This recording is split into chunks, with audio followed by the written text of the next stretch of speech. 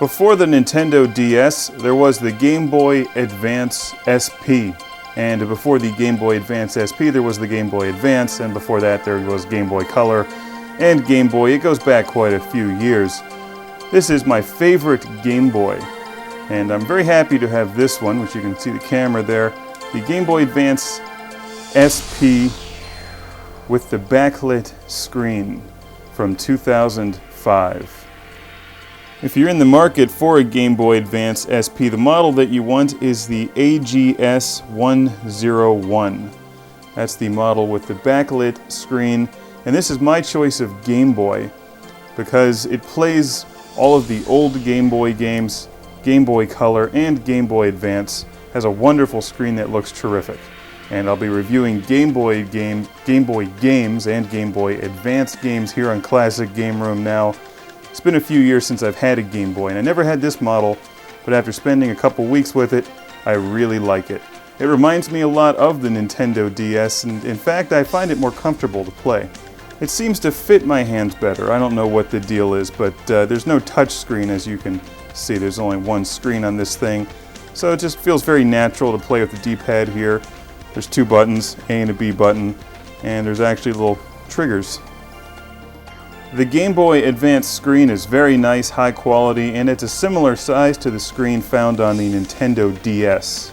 In fact, here's a look at both units next to each other. The Game Boy Advance SP. This is the Nintendo DS Lite. You see, it's nearly half the size. And what I like about both of these handheld game consoles is that you can fold them up and throw them in your pocket or do whatever with them.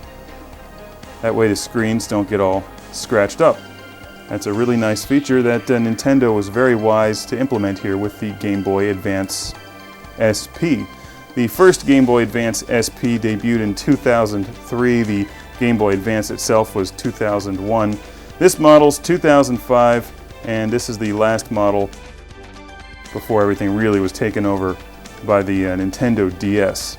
The reason that I picked up this model of Game Boy instead of one of the really old ones is that it's the most flexible and should be the easiest to film with because of the screen that is very well backlit. What you don't want to do is film a screen that's not backlit. Your video won't be nearly as good. Now this plays old school Game Boy games and Game Boy Color, Game Boy Advance, so there's a huge, enormous, gigantic library of software titles that you can play. Now my Game Boy cartridges are all used, so they have stickers all over them. But you plug them into the bottom just like that, and there's the game.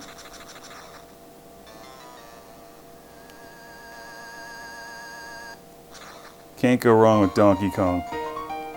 These little front buttons can adjust your aspect ratio here on the old school games. You can go widescreen or 4:3, which is the native actual aspect ratio, or you can stretch it out if you'd like to play like that and fill the screen. Overall build quality is very high. Here's your brightness button, so you can make it brighter or dimmer. Nice feature. And this comes in a couple different colors. This would not be my first choice, but it's the one that I found used. And it's, you know, it's not too bad. Here's your start and select button down there. Buttons all feel good. Normal Nintendo high build quality. This is where your game plugs in back here, so you can read the label. And this is a rechargeable model that does not use AA batteries. It comes with a charger. My only real gripe with this unit is that it does not have a headphone jack. You have to actually buy a separate accessory that then you can plug your headphones into. And I have one of those coming for the reviews so that I can get the best audio quality out of video games like Donkey Kong on the Game Boy, which does make the old school Game Boy games color, which is kind of important. I love backwards compatibility, and I'm very pleased that they made a model that will play everything from the first Game Boy games all the way up through the Game Boy Advance games. It does not play Nintendo DS. Here's how you load a game. Take Metroid II, label facing down, lock it into place, use the power switch over here, turn it on. Metroid II. As you can see, the screen quality is outstanding. And the Game Boy Advance SP with the backlight is definitely the model that you want to get if you're looking to play your old Game Boy games again, or if you're actually looking to start a collection of Game Boy games and Game Boy Advance because there's so many of them. And they really don't cost all that much anymore. Hello, Metroid.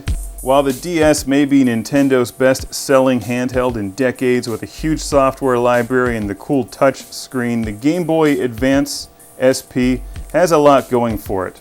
Most notably, a gigantic library of software titles from the original Game Boy, Game Boy Color, and Game Boy Advance. It doesn't cost all that much these days. It's rechargeable, has a backlit screen if you remember to get the AGS 101 model. And overall, I really am very pleased with the build quality of the Game Boy Advance SP. Now I've got to hunt down a copy of Excitebike.